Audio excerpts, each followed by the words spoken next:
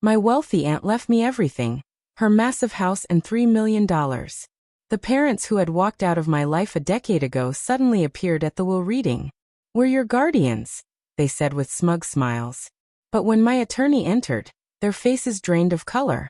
Now I'm sitting inside my aunt's mansion, still trying to wrap my head around everything that went down just 2 days ago. The funeral feels like a haze, but my mind keeps replaying the chain of events that led me here. I guess the best place to start is 10 years ago, when everything in my life shifted. My name is Debbie, I'm 18 now. But back when I was 8, I lived in Alabama with my parents and 2 older brothers. Jake was 14, Connor was 15. And to be honest, they were the stars of my parents' universe. Mom and Dad's lives revolved around their sports, driving them to practice, paying for gear, cheering at games. Their whole schedule was built around Jake and Connor. Don't get me wrong, my parents weren't cruel. They made sure I ate, had clothes, and got to school. But that was it. I felt more like an afterthought, like background noise in the middle of their real lives. While they were shouting from the stands at Jake's football games or helping Connor prep for college, I spent most of my time alone, curled up with a book or watching TV in my room. I didn't truly realize how invisible I was until one summer night when I couldn't fall asleep. It was sweltering, so I went downstairs for water. That's when I overheard them talking in the living room. Their voices were hushed, but from the hallway I caught every word. "We can't keep this up, Mike," Mom whispered. "The mortgage is eating us alive, and your job's getting worse." "I know, Linda, I know," Dad muttered, sounding completely worn down. "3 kids is too much," Mom continued. "We can barely manage Jake and Connor's sports costs. Paying for 3 college tuitions? Impossible. We need to figure something out." Dad asked quietly, "What are you suggesting?" "Well," Mom said, "your sister Margaret has that huge place in Arkansas. She's been alone since the divorce, and she always asks about the kids when she calls. Maybe." At the time, I couldn't fully make sense of it. Sure, I knew we weren't as well off as some families at school, but I had no idea money was that tight. And Aunt Margaret? I'd never even met her. Dad hardly ever mentioned her except to say she lived far away and worked for some big company. I shrugged it off that night and went back to bed. Kids don't always grasp the weight of conversations like that. To me, it just sounded like grown-up money talk. A month later, school ended for summer break. I thought maybe we'd do something fun together as a family. Instead, Mom and Dad announced we were taking a road trip to Arkansas to visit Dad's sister.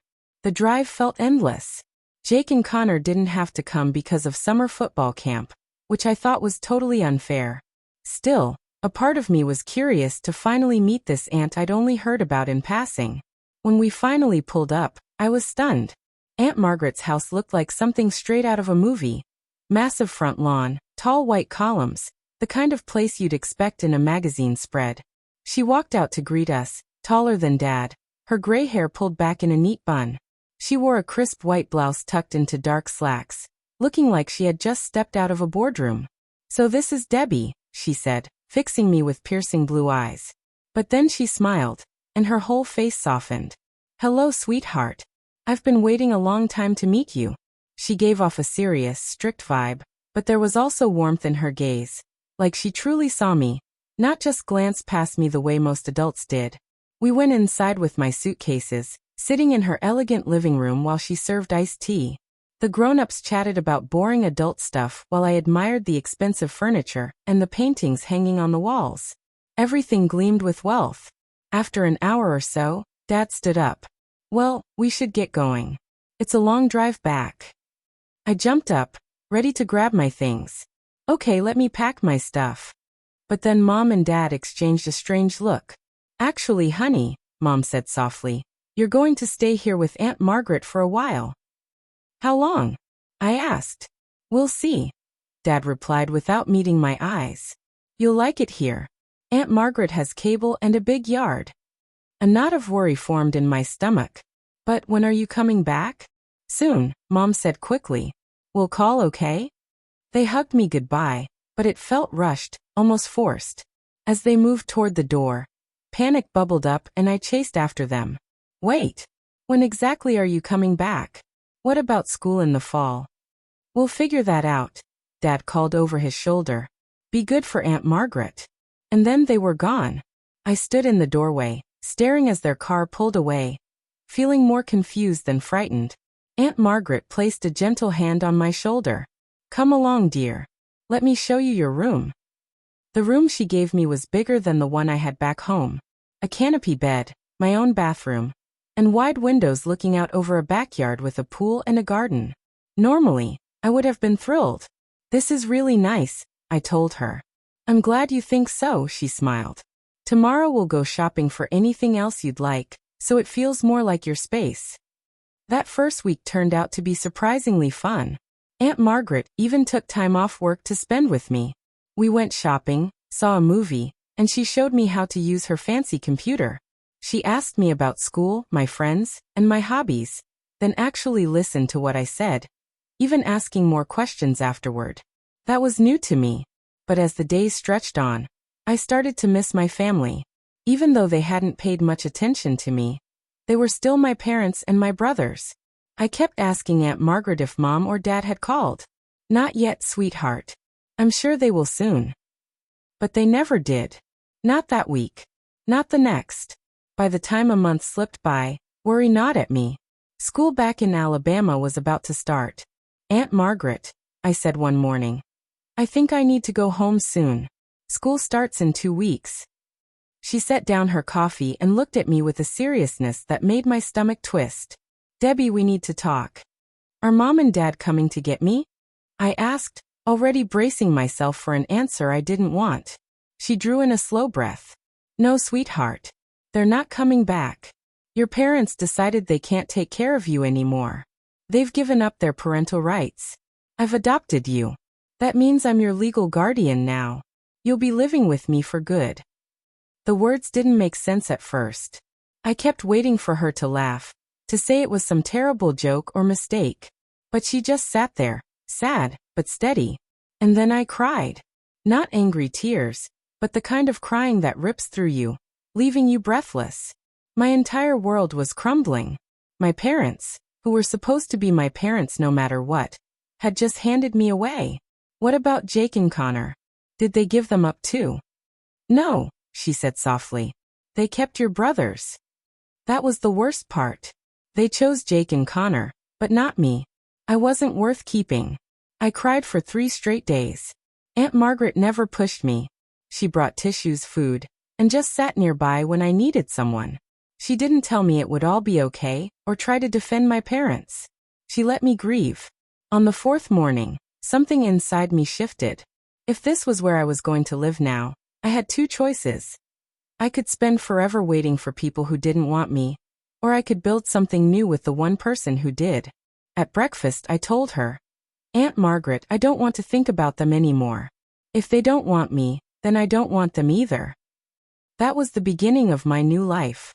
Aunt Margaret enrolled me in the local elementary school, and surprisingly, I liked it better than my old one. The classes were smaller, the teachers gave more attention, and I quickly made a friend, Emma, who lived down the street. Aunt Margaret was nothing like my parents. When I came home, she wanted to hear about my day. She sat with me to go over homework, patiently explaining when I didn't understand. She showed up at school plays and parent-teacher meetings. She bought me books just because she noticed I loved reading, not because it was a holiday. And her job? It was fascinating too. She worked as the financial director at a large company, and every so often she'd explain parts of her job to me.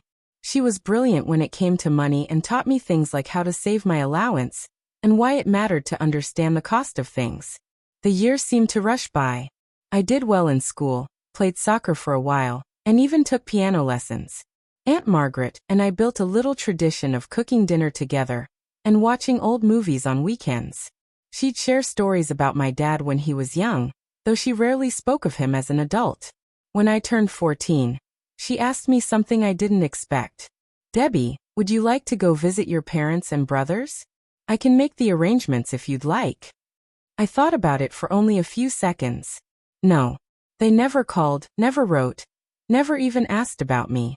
Why would I want to see them now? Sometimes people change, she said softly. Maybe they regret what they did. If they regretted it, They would have tried to reach out by now. It's been 6 years, Aunt Margaret. 6 years and not even a birthday card. She nodded. I think you're right. I just wanted you to know you had the choice. That was the last time we spoke of them for a long while. Life with Aunt Margaret was good. She was strict about certain things like my grades and chores, but she was fair and actually cared about what I thought and felt. Then, when I turned 16, everything changed again. Only this time, it was Aunt Margaret who fell ill. She started feeling tired all the time and began losing weight. At first, she blamed it on stress from work, but after seeing the doctor, the truth came out. It was cancer. I remember the day she returned home with the results. She sat me down in the same spot where she'd once told me about my parents. Debbie, I have bad news. I have cancer and it's serious. It felt like my world was collapsing all over again. Are you going to die? I whispered. I don't know, she said. But I'm going to fight with everything I have. I'm leaving my job so I can focus on getting better. What about money? The house? I asked. Don't worry about that. I've saved well over the years and my insurance is solid. We'll manage. The next 2 years were the hardest I had ever faced. Aunt Margaret went through chemotherapy and radiation.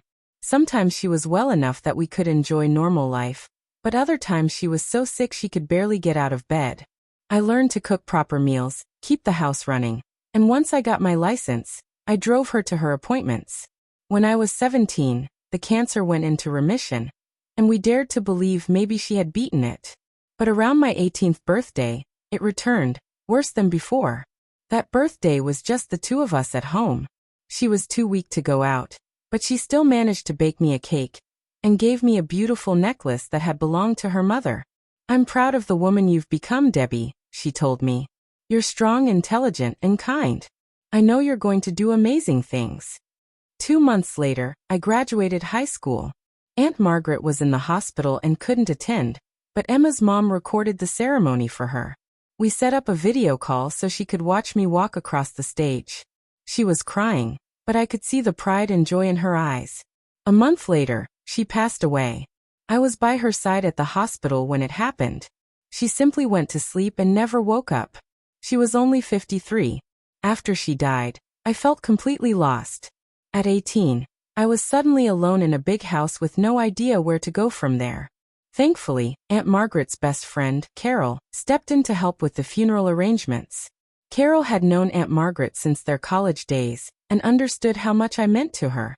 She contacted all of Margaret's friends and co-workers about the funeral. Then she said she needed to call my dad, since he was Aunt Margaret's only surviving sibling aside from me. Do you want to make the call, or should I? She asked. You do it, please. I haven't spoken to him in 10 years. Carol put the phone on speaker, so I could listen. After a few rings, my father answered. Hello. Hi, this is Carol Collins. I'm calling about your sister, Margaret. I'm afraid I have some bad news. She passed away yesterday. There was a pause. Then Dad replied, Oh, I see. The funeral will be this Saturday at 2 o'clock, at St. Mary's Church in Little Rock. I can text you the address, Carol told him. Well, that's unfortunate timing, he said flatly. My son Connor just got promoted at work, and we're throwing him a big party on Saturday. The whole family's already set to come, and the catering has been paid for. I froze, staring at the phone. Carol's face mirrored my shock. Wait. Did you just say you won't be at your sister's funeral because of a party? It's not just any party, came the reply. This is huge for Connor. He's put in so much effort for this promotion, and we've been organizing this celebration for weeks. Margaret would have understood that family obligations come first. Carol's tone turned sharp, ice in her voice. Margaret was your family too. Of course she was, they said quickly. But she's gone now. The living take priority. And besides, Debbie's there to take care of things, right? She's an adult now. Carol ended the call without a word. When she turned to me, her eyes were full of anger mixed with pity. Honestly, I couldn't say I was shocked. Maybe let down, sure, but not shocked. This was exactly what I had expected from them. The funeral itself was beautiful. About 50 people showed up, mostly Aunt Margaret's colleagues and friends from church. Carol gave a heartfelt speech about what an incredible woman Margaret had been, and how deeply she had loved me. I managed to get through my own words without completely breaking down. Once everyone left, I returned to the house alone. The silence inside was crushing without her. For the next 2 days, I just sat there, lost in thought, trying to figure out my next step. Should I sell the house? Apply to college? Get a job? Aunt Margaret and I had talked about me going to school, but never got into the practical side of it. On the 3rd day after the funeral, a knock at the door startled me. I peered through the peephole and froze. My parents, along with both of my brothers, stood on the porch as if they belonged there. Slowly, I opened the door. "Hi, Debbie." "Oh, sweetheart." Mom lunged forward to hug me, but I stepped back. "What are you doing here?" I asked. Dad brushed past me into the house. "We came to check on you. We're so sorry for your loss." Jake and Connor trailed behind, their eyes scanning the house like they were appraising it. "Nice place," Connor muttered, dragging his hand across the mantel. "Really nice." "We're here for you," Mom added, settling comfortably onto the couch like she planned to stay. "You shouldn't be alone right now." I stayed planted by the door. "Where were you 3 days ago?" "You know, at the funeral?" Mom waved it off. "Oh, honey, you know we had Connor's party. The whole family was already coming. We couldn't just cancel. But we're here now, and that's what matters. We want to take care of you." A bitter laugh escaped me, the first one since Aunt Margaret died. "You want to take care of me? Where have you been for the last 10 years? "That's different," Mom insisted. "You were with Margaret. She looked after you well. But now that she's gone, you need your real family." "She was my real family." Jake finally spoke. "Look, we get that you're upset, but you're overreacting. We came because you inherited all this." He gestured around the room. "Mom and Dad just don't think you can handle all that on your own." "What responsibility?" I demanded. Connor smirked. "Come on, Debbie. This place has to be worth at least $800,000, maybe $900,000. And that's not even counting whatever money she left behind. That's a lot for an 18-year-old. And there it was, the truth. Dad tried to put on a serious, concerned face. "As Margaret's brother, I'm entitled to part of her estate. It's only fair that I inherit at least half. She left everything to me in her will." "It can be challenged," Dad pressed. "Especially when it leaves everything to someone your age. You're not capable of managing this kind of wealth and property." Mom nodded eagerly. "That's why we're here, sweetie. As your parents, we're your legal guardians.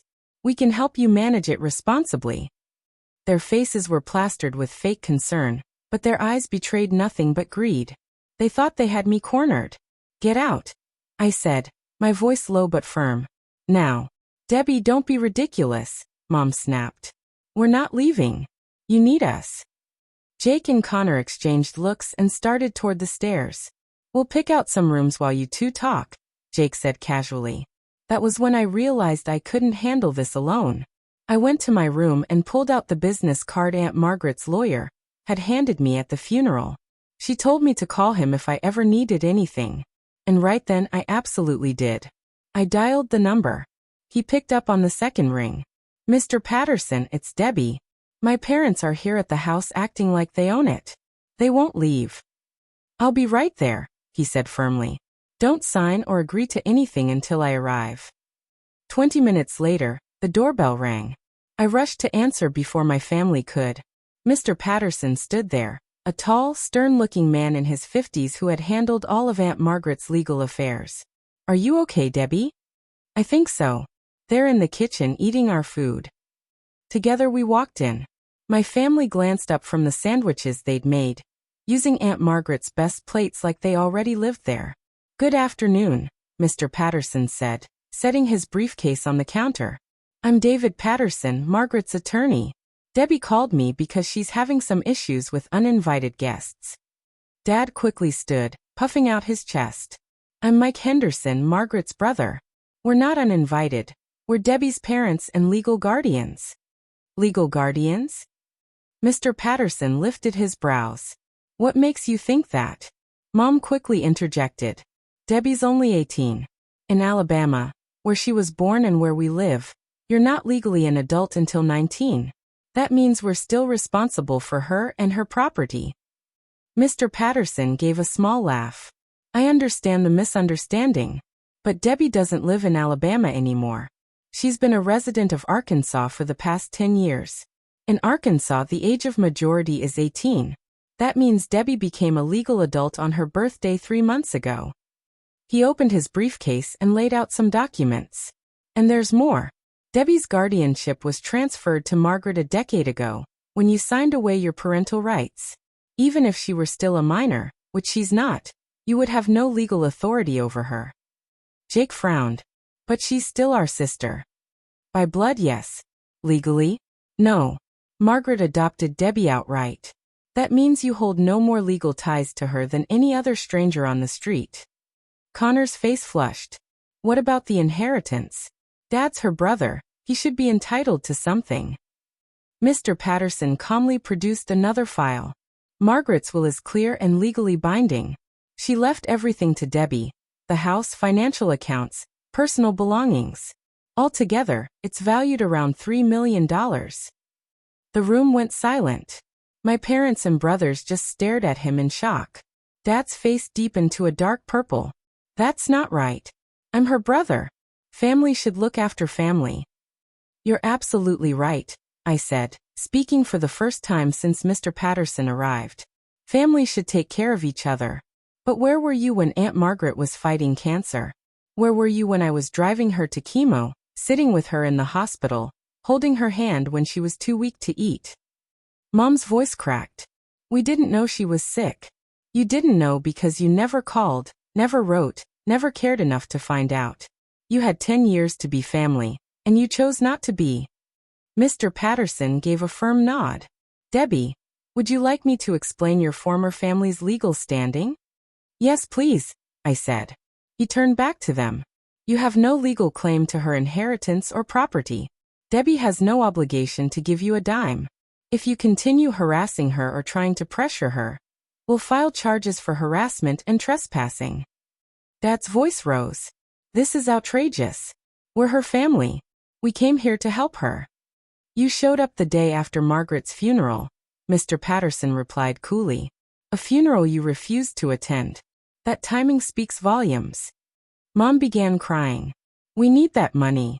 Our house is falling apart, and the boys want to buy their own homes."